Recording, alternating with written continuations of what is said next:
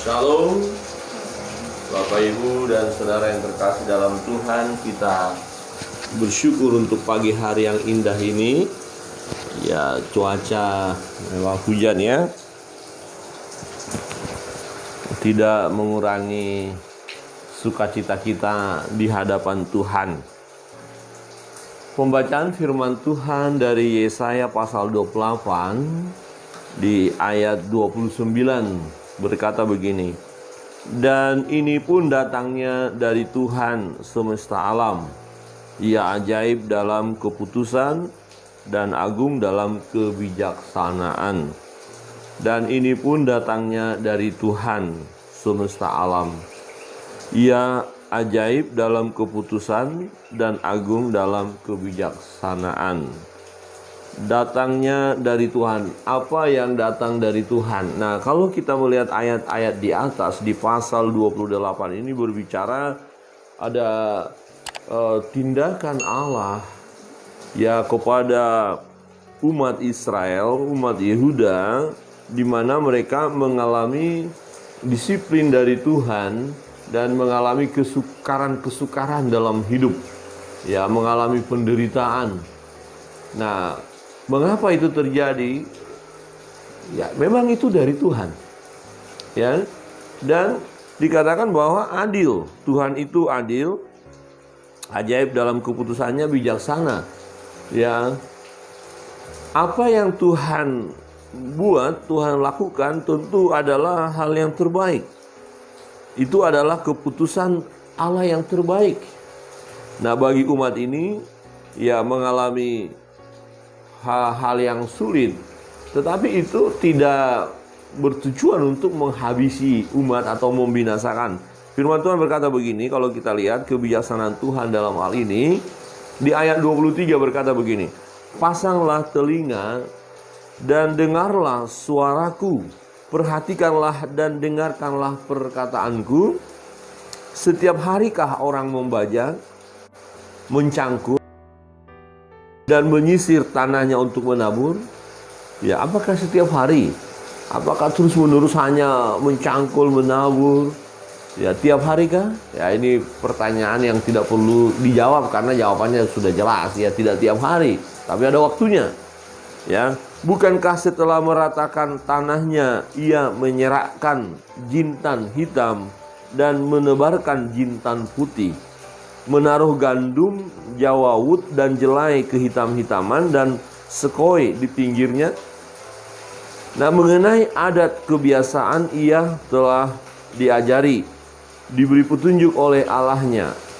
Sebab jintan hitam tidak diirik dengan eretan pengirik, dan roda gerobak tidak dipakai untuk menggiling jintan putih, tetapi jintan hitam diirik dengan memukul-mukulnya dengan galah, dan jintan putih dengan tongkat.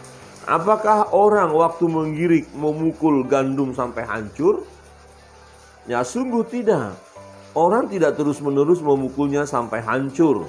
Dan sekalipun orang menjalankan di atas gandum itu jentera gerobak dengan kudanya, namun orang tidak akan menggilingnya sampai hancur. Bapak Ibu Saudara yang terkasih dalam Tuhan, ini menarik ya.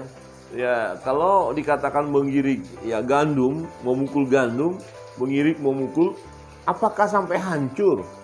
Dipukuli terus gandumnya? Tidak.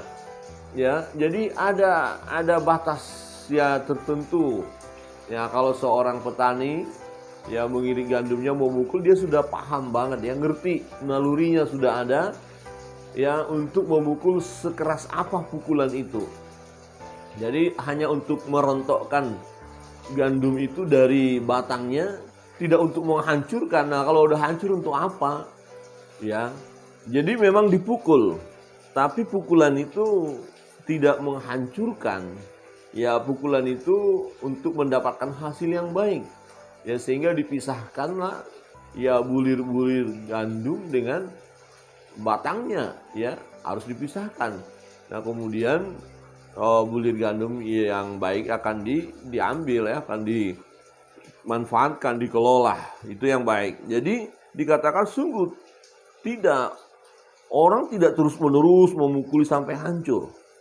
Nah, ini berbicara tentang apa, Bapak Ibu Saudara yang terkasih dalam Tuhan? Kalau kita lihat konteksnya, Yesaya memberitahukan bahwa ya ada penderitaan, ada kesusahan, ada kesukaran yang dialami oleh umat pilihan ini. Nah, itu adalah disiplin. Rupanya mereka pun dipukul ya untuk satu tujuan yang baik, bukan mau menghancurkan umat itu, bukan mau wah ini binasa aja. Jadi kira-kira begini. Kalau ada orang tua melihat anaknya melakukan hal yang keliru, kemudian didisiplin, nah katakanlah ambil lidi lah ya, orang tua ambil lidi, ya jadi dipukulnya anaknya, bukan untuk membinasakan. Nah mungkin ada di antara kita punya pengalaman waktu masih kecil, ya ada orang tua kasih lidi, ya kadang-kadang agak lebih besar. Jadi kalau pukulan itu agak lebih besar, kayaknya ini lebih ketahuan ini lebih nakal ya, lebih bandel ya. Nah, berapa banyak lidi ke kaki kita? Mungkin kita nggak bisa ingat ya. Oh banyak sekali, oh berarti bandel. Ya jadi kalau saya cukup banyak lidi ke kaki saya ya. Ya itu kenapa orang tua sampai kasih lidi begitu luar biasa? Apakah orang tua jahat? Enggak, orang tua baik. Ya sayangnya yang nakal ya. Jadi harus memang didisiplin, kalau enggak akan semakin merajalela. Ya, jadi kalau saya sebagai orang tua ya tidak terlalu sering-sering kasih lidi, itu berarti anak itu ya cukup baik, tidak terlalu neko-neko gitu ya, tidak terlalu macam-macam ya. Tapi kalau macam-macam melawan orang tua ya sebagai orang tua kasih lidi juga. Tapi tidak mau menyiksa anak, bukan untuk mencelakakan dia, hanya menjadi peringatan saja. Ini ada cambuk loh, ada pukulan, ya ada tongkat gembala istilahnya ya. Kalau anak melakukan hal yang keliru, diomongin, ya dinasehatin, tidak mau dengar, berarti akan ada waktunya tongkat, akan ada waktunya lidi yang akan bergerak. Nah, tetapi tidak selalu toh. Ya apakah terus tiap hari lidi? Tidak. Sewaktu-waktu saja. Nah, umat Israel ya dan umat Yehuda mengalami disiplin daripada Allah, ya mereka dibuang, tetapi tidak untuk dibinasakan, ya tidak untuk dibinasakan kemudian supaya umat ini binasa saja, habis semua mereka, enggak.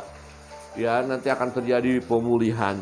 Bapak Ibu Saudara yang terkasih dalam Tuhan, kita melihat kebenaran firman Allah, ya memang ini disiplin daripada Tuhan sendiri untuk umat itu. Kalau kita lihat di ayat 21 dikatakan begini, sebab Tuhan akan bangkit seperti di gunung Perasim, ia akan mengamuk seperti di lembah dekat Gibeon untuk melakukan perbuatannya, ganjil perbuatannya itu. Ya kok bisa begitu ya, kira-kira gitu. Kok misalnya begini, Allah itu Allah yang maha kasih, loh kok dibuatnya begini? Apa yang dilakukannya? Ya penyiksaan bagi umat ini. Ya tampaknya ganjil, tetapi memang itu harus dilakukan. Bukan sesuatu yang aneh, bukan yang tidak baik. Justru itu baik karena mau mendisiplin umat itu ya. Ganjil perbuatannya itu dan untuk mengerjakan pekerjaannya, ajaib pekerjaannya itu. Sebab itu janganlah kamu mencemooh supaya tali belenggumu jangan semakin keras. Sebab kudengar tentang kebinasaan yang sudah pasti yang datang dari Tuhan Allah semesta alam atas seluruh negeri itu. Jadi saya berkata, aku mendengar. Ya, aku mendapatkan hal yang akan terjadi. Jadi Tuhan memberitahukan kepada Yesaya apa yang akan terjadi di kemudian hari kepada umat itu. Dan Yesaya memperingatkan adalah supaya ya jangan mengeraskan hati ya. Ya, jangan sampai belenggu itu semakin keras. Ya, janganlah kamu mencemooh. Ya kira-kira begini. Wah, kenapa seperti ini? Tuhan kok begini-begini? Wah, ini apa ini pekerjaan Tuhan seperti ini? Tidak menerima kenyataan, bukannya bertobat malah melawan Allah. Ini berbahaya. Nah, justru jangan mencemooh. Kalau mencemooh, tidak menerima kenyataan itu, maka belenggunya akan semakin keras, Jadi ya akan semakin didisiplin. Nah, saya masih ingat bagaimana ya orang tua waktu saya melakukan kesalahan dan saya harus dipukul. Nah, ketika saya berdiam saja, saya melawan, wah pukulannya tambah menjadi-jadi. Ya, saya mengeraskan hati. Saya bilang, enggak mau, pokoknya melawan terus. Waduh, semakin pukulan semakin banyak. Ya, dan ketika saya bilang, ampun, ampun, ampun, nah baru berhenti pukulan itu. Ya, jadi ya minta ampun di hadapan Tuhan ketika ada pukulan itu. Sadar gitu loh ya. Wah, ini kita berdosa, ini kita alami penderitaan berdosa. Nah, saya mengingatkan umat ya bahwa yang akan datang nanti adalah sesuatu yang memang ganjil. Kenapa Tuhan yang Maha Pengasih kok membiarkan atau mengizinkan penderitaan yang luar biasa kepada umat pilihan ini? Ya, mengapa mendisiplin, kira-kira begitu ya. Nah, tetapi itu adalah untuk kebaikan. Jadi jangan mencemooh, sebab semua yang dilakukan oleh Allah adalah bijaksana. Ya, adalah bijaksana. Di ayat berikut dikatakan, ya ayat sebelumnya ya, saya mau baca untuk kita. Ya, di ayat 19, seberapa kali ia datang, ia akan menyeret kamu, sebab pagi demi pagi, ya pagi demi pagi ia akan datang, pada waktu siang dan pada waktu malam, maka adalah semata-mata kengerian untuk mengerti firman yang didengar itu. Jadi ya dia mendengarkan firman itu, pemberitahuan itu bahwa akan terjadi siksaan, akan terjadi malapetaka. Jadi dikatakan bangsa Israel, umat pilihan Allah, bangsa Yehuda yang tadinya istimewa di hadapan Allah, ya umat yang dikasihi ini, oleh karena dosa mereka, oleh karena kesalahan mereka, mereka harus didisiplin. Digambarkan di sini bahwa ya mereka suka mabuk ya. Ya, maka dikatakan celaka. Ayat pertama, celaka atas mahkota kemegahan pemabuk-pemabuk Efraim. Nah, pemabuk-pemabuk Efraim ini berbicara kepada ya, Israel, 10 suku. Ya, kerajaan utara yang sering disebut kerajaan utara, ada 10 suku. Jadi Efraim ya dikatakan celaka, pemabuk-pemabuk Efraim atas bunga yang sudah mulai layu di perhiasan kepala mereka yang indah-indah, yaitu kota-kota yang terletak tinggi di atas bukit, di atas lembah yang subur, yang penuh peminum anggur yang sudah pening. Jadi mereka ya pemabuk ya. Dan bahkan dikatakan ini sesuatu yang sangat mengerikan, bagaimana keadaan mereka mabuk keras, ya tidak terkendali. Jadi mereka betul-betul melupakan Tuhan. Ayat 3 berkata begini, mahkota kemegahan pemabuk-pemabuk Efraim itu akan diinjak-injak dengan kaki, dan bunga yang sudah mulai layu di perhiasan kepala mereka yang indah-indah itu, yaitu kota yang terletak tinggi di atas bukit, di atas lembah yang subur, nasibnya akan seperti nasib buah ara yang masak duluan sebelum musim kemarau, baru saja dilihat orang, terus dipetik dan ditelan. Jadi ini berbicara bahwa mereka akan mengalami sesuatu yang tidak baik secara manusia. Nah, pada waktu itu Tuhan semesta alam akan menjadi mahkota kepermainanmu dan perhiasan kepala yang indah-indah bagi sisa umat. Nah, jadi ada sejumlah sisa umat yang akan mengalami damai sejahtera, yang akan dipulihkan, yang akan ada diselamatkan. Jadi waktu nanti di pembuangan tidak semua binasa, ada yang akan kembali. Nah, akan menjadi roh keadilan bagi orang yang duduk mengadili, dan menjadi roh kepahlawanan bagi orang yang memukul mundur peperangan ke arah pintu gerbang. Saudara yang terkasih dalam Tuhan, ya kita melihat di sini bahwa Tuhan mendisiplin umat itu, ya Tuhan menghukum bahkan juga para pemimpin, ya para pemimpin dan imam. Karena rupanya kejahatan itu sudah merajalela ya, yang digambarkan di sini dengan tindakan mereka pemabuk ya. Nah, di ayat 7 berkata begini, tetapi orang-orang di sini pun pening karena anggur dan pusing karena arak, baik imam maupun nabi. Jadi kalau imam dan nabi juga sama-sama mabuk, ini mau bilang apa?